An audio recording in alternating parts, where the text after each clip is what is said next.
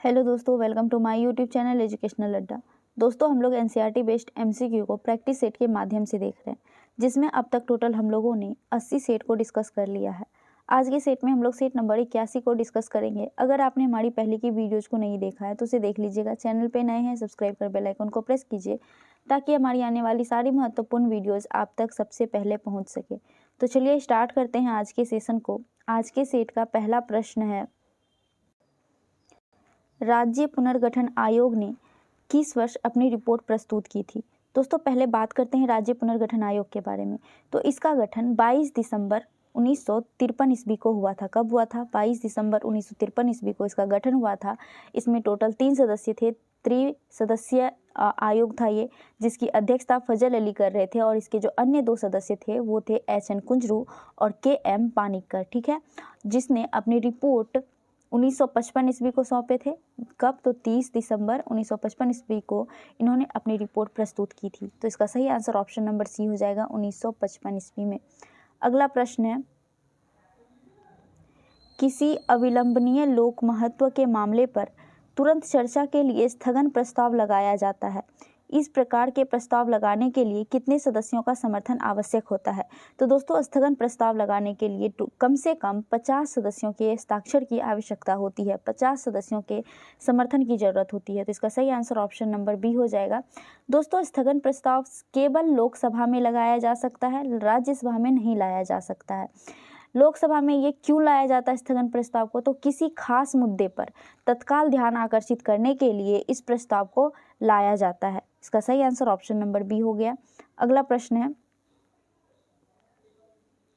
वित्तीय आपातकाल की घोषणा को मंजूरी देने के लिए संसद में किस प्रकार की बहुमत की आवश्यकता होती है? तो दोस्तों, वित्तीय आपातकाल की घोषणा के लिए संसद में साधारण बहुमत की आवश्यकता होती है। वित्तीय आपातकाल की घोषणा किसके द्वारा किया जाता है? तो इसकी घोषणा राष्ट्रपति के द्वारा की जाती है। इसका सही आंसर ऑप्शन नंबर ए हो जाएगा, सामान्य बहुमत द्वारा। अगला प्रश्न है, संघीय संविधान की निम्नलिखित में से कौन सी विशेषता नहीं है? तो दोस्तों, संघीय संविधान में विशेषता कौन सी नहीं है ये पूछ रहा है।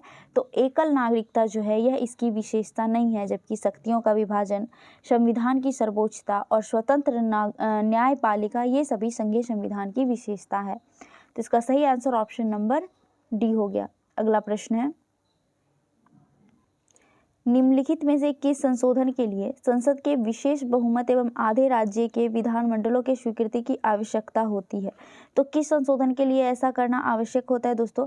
तो जब संसद में राज्यों का प्रतिनिधित्व किया जाता है तो उस समय संसद के विशेष बहुमत और आधे राज्य के विधानमंडलों की स्वीकृति की आवश्यकता होती है। तो इसका सही आंसर ऑप्शन नंबर डी हो जाएगा, संसद में राज्यों का प्रतिनिधित्व। अगला प्रश्न है, निम्नलिखित में से कौन सा रीट सार्वजनिक प्राधिकरण एवं निजी व्यक्ति दोनों के खिलाफ जारी किया जाता है? तो दोस्तों, रीट सबसे पहले जारी कौन कर सकता है? तो रीट हाई कोर्ट और सुप्रीम कोर्ट दोनों के द्वारा जारी किया जा सकता है। सुप्रीम कोर्ट जो जारी करता है वो आर्टिकल नंबर 32 के तहत सुप्रीम कोर्ट रीट को जारी करते हैं, जबकि हाई कोर्ट के द्वारा 226 आर्टिकल के तहत रीट जारी किया जाता है। रीट टोटल 5 प्रकार का होता है, जिसमें बंदी प्रत्यक्षीकरण, परमादेश, प्रतिषेध, उत्प्रेषण और अधिकार परीक्षा होता है। अब बात करते हैं सार्वजनिक प्राधिकरण एवं निजी व्यक्ति दोनों के खिलाफ जो जारी किया जाता है वो किया जाता है बंदी प्रत्यक्षीकरण, जिसमें क्या होता है? तो इसके तहत किसी भी व्यक्ति की आज़ादी की सुरक्षा की बात की जाती है। तो इसका सही आंसर ऑप्शन नंबर ए हो जाएगा, बंदी प्रत्यक्षीकरण। अगला प्रश्न है, भारत में पुरुषों और स्त्रियों में संपूर्ण समानता का उपबंध निम्नलिखित में किसमें किया गया है? तो दोस्तों, भारत में पुरुष और महिला दोनों के लिए समानता का उपबंध आर्टिकल 14, 15 और 16 इन तीनों के तहत किया गया है। 14 में क्या कहा गया है? तो 14 में कहा गया है कि कानून के सामने सभी समान है, चाहे वो स्त्री हो या पुरुष हो, वो कानून के सामने समान है। आर्टिकल 15 में जाति, धर्म, लिंग और जन्म स्थान के आधार पर समानता के बारे में बात की गई है। वहीं आर्टिकल 16 में सार्वजनिक रोजगार में समान अवसर के आधार पर स्त्री और पुरुष को समान होने की बात कही गई है। तो इसका जो सही आंसर हो जाएगा वो हो जाएगा ऑप्शन नंबर ए, भारत के संविधान के अनुच्छेद 14 और 15 के तहत स्त्री और पुरुष दोनों के समान उपबंध की बात की गई है। अगला प्रश्न है, आपातकाल के समय मूल अधिकारों का स्थगन निम्नलिखित में से किस देश के संविधान से भारतीय संविधान में ग्रहण किया गया है? तो दोस्तों, आपातकाल के समय मूल अधिकारों का स्थगन करने की जो बात कही गई है, जो हमारे संविधान में ग्रहण किया गया, वो जर्मनी के बीमर संविधान से लिया गया है। इसका सही आंसर ऑप्शन नंबर डी हो जाएगा। अब जर्मनी के संविधान से और क्या क्या लिया गया है? तो मौलिक अधिकार लिया गया, मौलिक अधिकार और स्वतंत्रता की रक्षा, समानता, स्वतंत्रता और बंधुत्व के विचार, ये सारी चीज जर्मनी से लिए गए हैं। तो इसका सही आंसर ऑप्शन नंबर डी हो गया।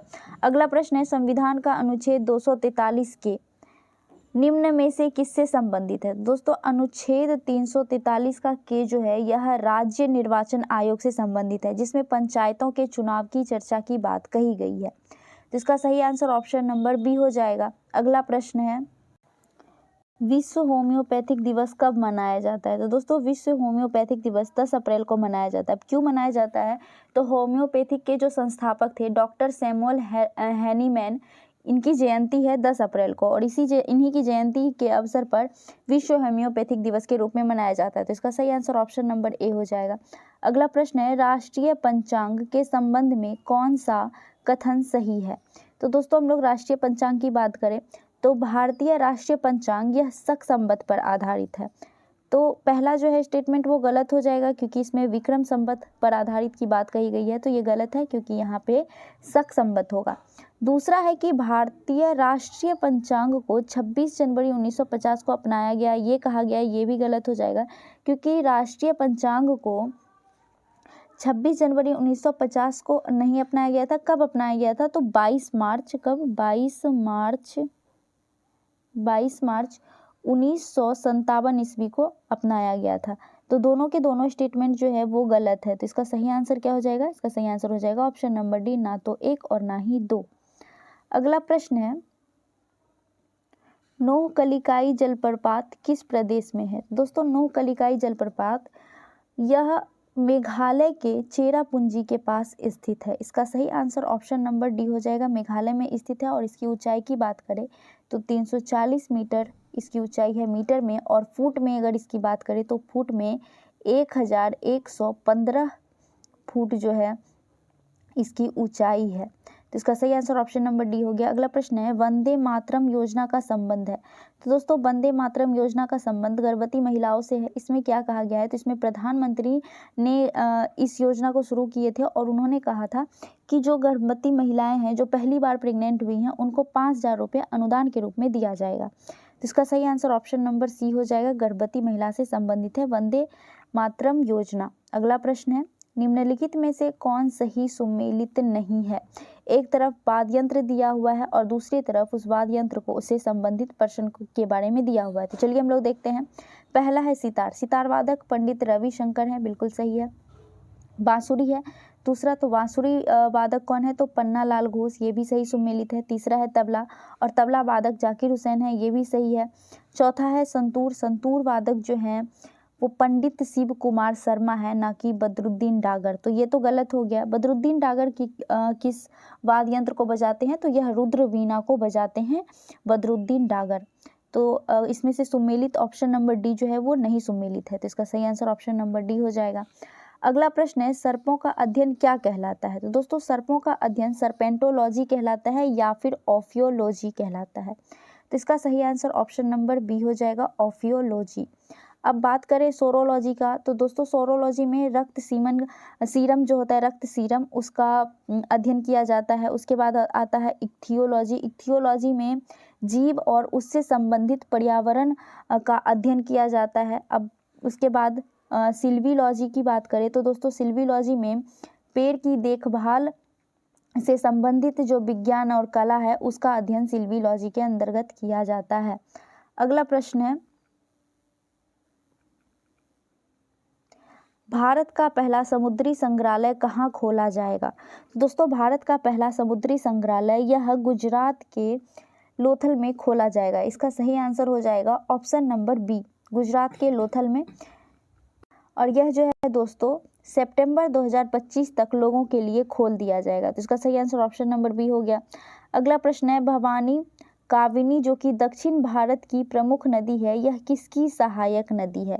तो दोस्तों यह कावेरी की सहायक नदी है। इसका सही आंसर ऑप्शन नंबर ए हो जाएगा, कावेरी की सहायक नदी है भवानी और काबिनी। अगला प्रश्न है, निम्नलिखित में से कौन सुमेलित नहीं है? इसमें पूछ रहा है कौन सुमेलित नहीं है, तो चलिए देखते हैं। एक तरफ दर्रा दिया हुआ है, दूसरी तरफ संबंधित राज्य दिया हुआ है। पहला है तुजू दर्रा, तुजू दर्रा जो कि मणिपुर में स्थित है, बिल्कुल सही है। दूसरा है रोहतांग दर्रा जो कि हिमाचल प्रदेश में स्थित है, ये भी सही है। तीसरा है माना दर्रा जो कि उत्तराखंड में स्थित है, ना कि अरुणाचल प्रदेश में, तो ये गलत हो गया। माना, नीति, धर्मा और लिपुलेख ये उत्तराखंड में स्थित है। अरुणाचल प्रदेश में कौन कौन सा स्थित है? तो दोस्तों अरुणाचल प्रदेश में दीफू, बोमडिला ये सब अरुणाचल प्रदेश में स्थित है। बनिहाल दर्रा जो कि जम्मू कश्मीर में स्थित है, ये भी सही सुमेलित है। इसमें कौन सुमेलित नहीं है? तो वो है ऑप्शन नंबर सी, जो कि इसका सही आंसर हो जाएगा। अगला प्रश्न है, निम्नलिखित में से भारत का सबसे गहरा बंदरगाह कौन है? दोस्तों भारत का सबसे गहरा बंदरगाह यह आंध्र प्रदेश में स्थित है, विशाखापत्तनम बंदरगाह, जो कि भारत का सबसे गहरा बंदरगाह है। तो इसका सही आंसर ऑप्शन नंबर सी हो जाएगा, विशाखापत्तनम। अगला प्रश्न है, निम्नलिखित में से कौन सी मिट्टी कपास की खेती हेतु सर्वाधिक उपयुक्त होती है? तो दोस्तों कपास की खेती के लिए सबसे अच्छी मिट्टी काली मिट्टी को कहा जाता है, जिसे हम लोग रेगुर मिट्टी के नाम से भी जानते हैं।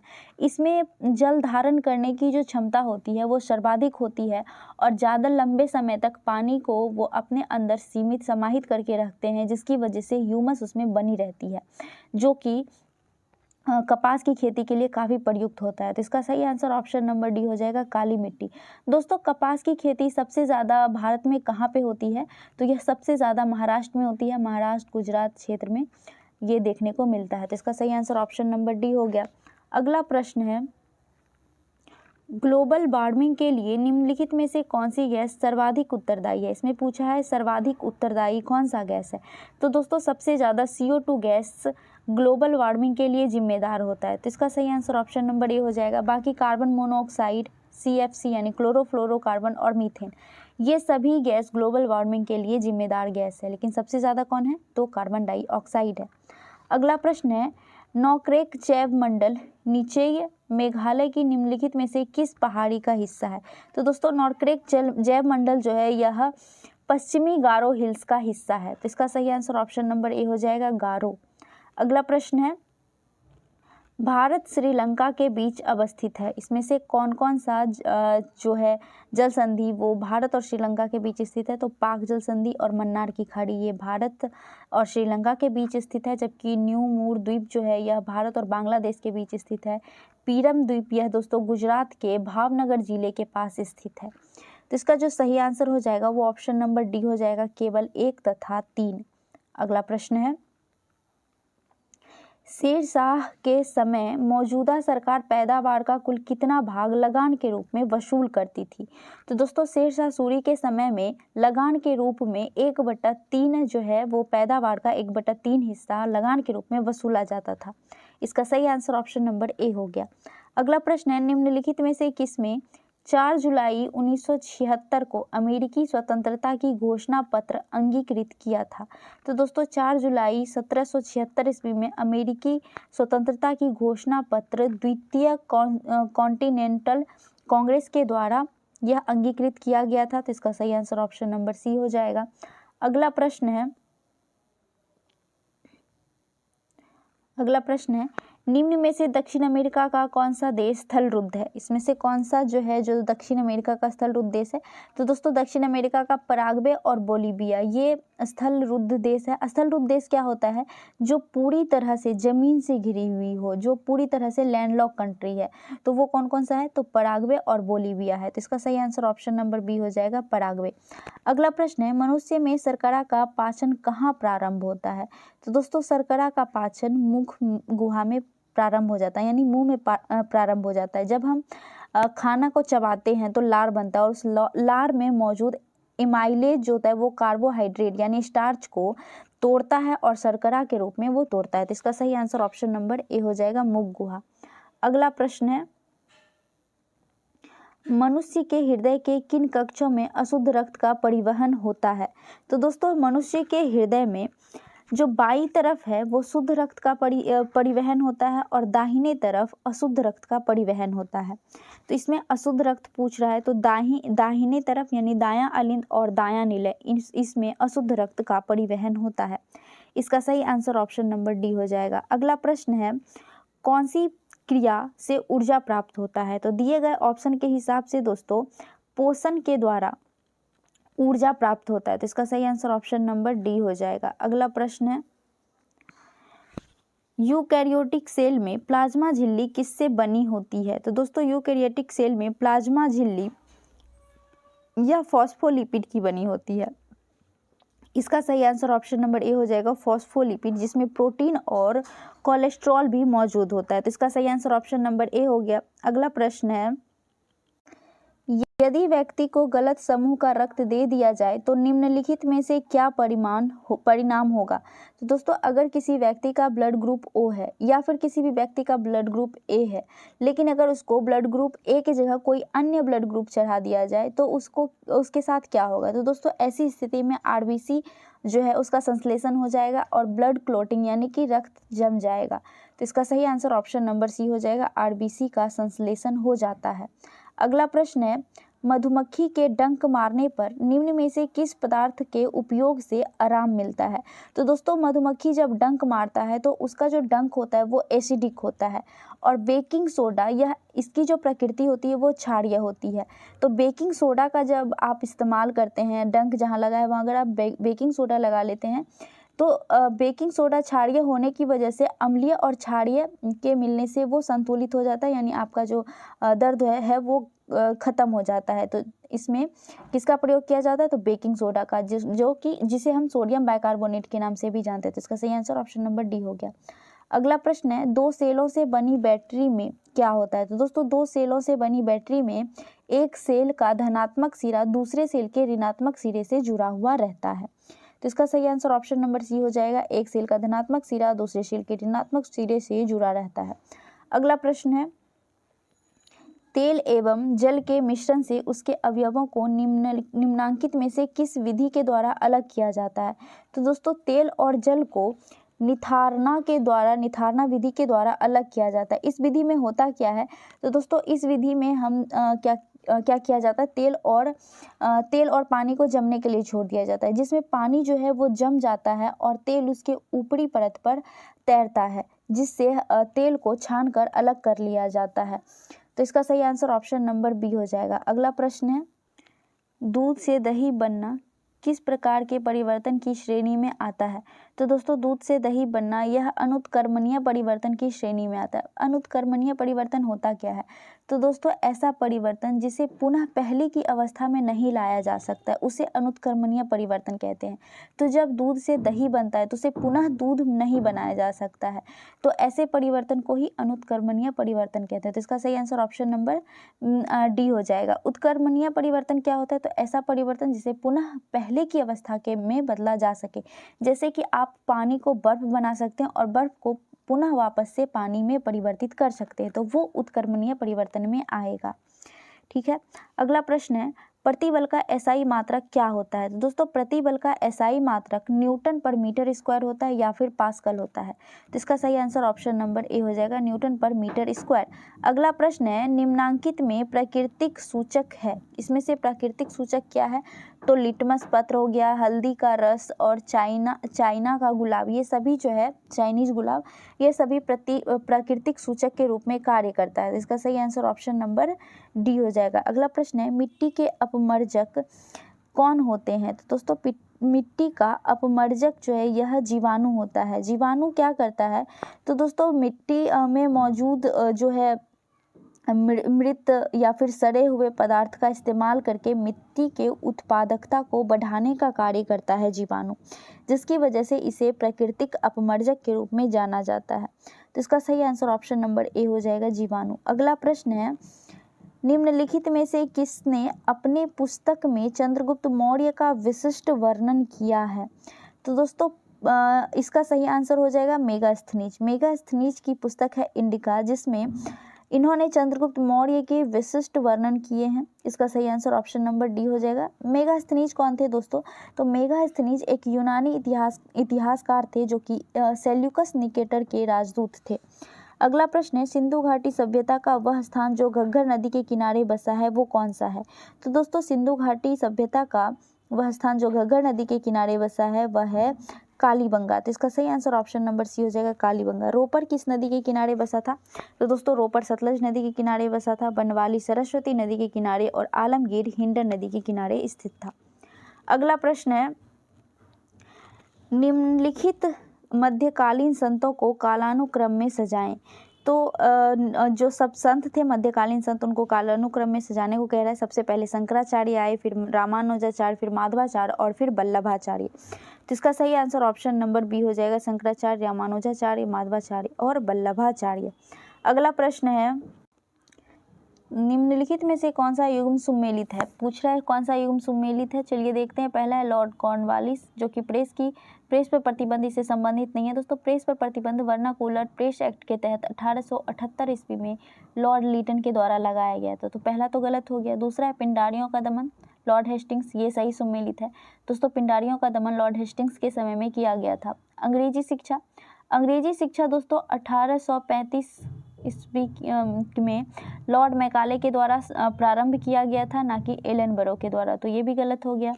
तीसरा है मदरसा की स्थापना। दोस्तों मदरसा की स्थापना वॉरेन हेस्टिंग्स के द्वारा किया गया था, ना कि लॉर्ड डलहौजी के द्वारा। तो ये भी गलत हो गया। इसमें से सही कौन सा है? तो वो ऑप्शन नंबर बी है जो सही है, लॉर्ड हेस्टिंग्स, पिंडारियों का दमन। अगला प्रश्न है, महारानी लक्ष्मीबाई ने 1857 की क्रांति में महत्वपूर्ण भूमिका निभाई थी। इनका जन्म कहाँ हुआ था? तो दोस्तों महारानी लक्ष्मीबाई का जन्म वाराणसी में हुआ था, जिसे वर्तमान में बनारस कहते हैं। तो इसका सही आंसर ऑप्शन नंबर सी हो जाएगा, वाराणसी। दोस्तों रानी लक्ष्मीबाई का बचपन का नाम यानी असली नाम मणिकर्णिका तावे था, जिसे प्यार से लोग मनुबाई के नाम से जानते थे। तो इसका सही आंसर ऑप्शन नंबर सी हो गया। अगला प्रश्न है, एज ऑफ कॉन्सेंट एक्ट में लड़कियों के लिए विवाह की आयु निर्धारित की जाती थी। तो दोस्तों लड़कियों की जो आयु निर्धारित की गई थी वो 10 वर्ष से बढ़ाकर 12 वर्ष कर दी गई थी, और यह एक्ट 1891 ईस्वी में लॉर्ड लैंसडाउन के कार्यकाल में पारित किया गया था। तो इसका सही आंसर ऑप्शन नंबर बी हो जाएगा, 12 वर्ष। अगला प्रश्न है, दक्कन कृषक राहत अधिनियम पारित किया गया। तो दोस्तों दक्कन कृषक राहत अधिनियम यह 29 अक्टूबर 1879 ईस्वी को पारित किया गया था। इसका सही आंसर ऑप्शन नंबर सी हो जाएगा। दोस्तों दक्कन में जो कृषक लोग थे वो ऋणग्रस्त किसानों की मदद के लिए इस अधिनियम को पारित किया गया था। इसका सही आंसर ऑप्शन नंबर सी हो जाएगा। अगला प्रश्न, निम्नलिखित में से किसके संस्थापक भगत सिंह नहीं थे? तो दोस्तों भगत सिंह किसके संस्थापक नहीं थे? तो इंडियन रिपब्लिक आर्मी, इसके संस्थापक सूर्य सेन थे। कौन थे? सूर्य सेन, जो कि चटगांव शस्त्रागार से संबंधित हैं। इसकी स्थापना 1930 ईस्वी में, यानी इंडियन रिपब्लिक आर्मी की स्थापना 1930 ईस्वी में सूर्य सेन के साथ अनुशीलन समिति के सदस्य ने मिलकर किया था। तो इसका सही आंसर ऑप्शन नंबर सी हो जाएगा, इंडियन रिपब्लिक आर्मी। अगला प्रश्न है, एस्ट्रोजन किसके द्वारा स्रावित होता है? तो दोस्तों एस्ट्रोजन यह अंडाशय के द्वारा स्रावित होता है।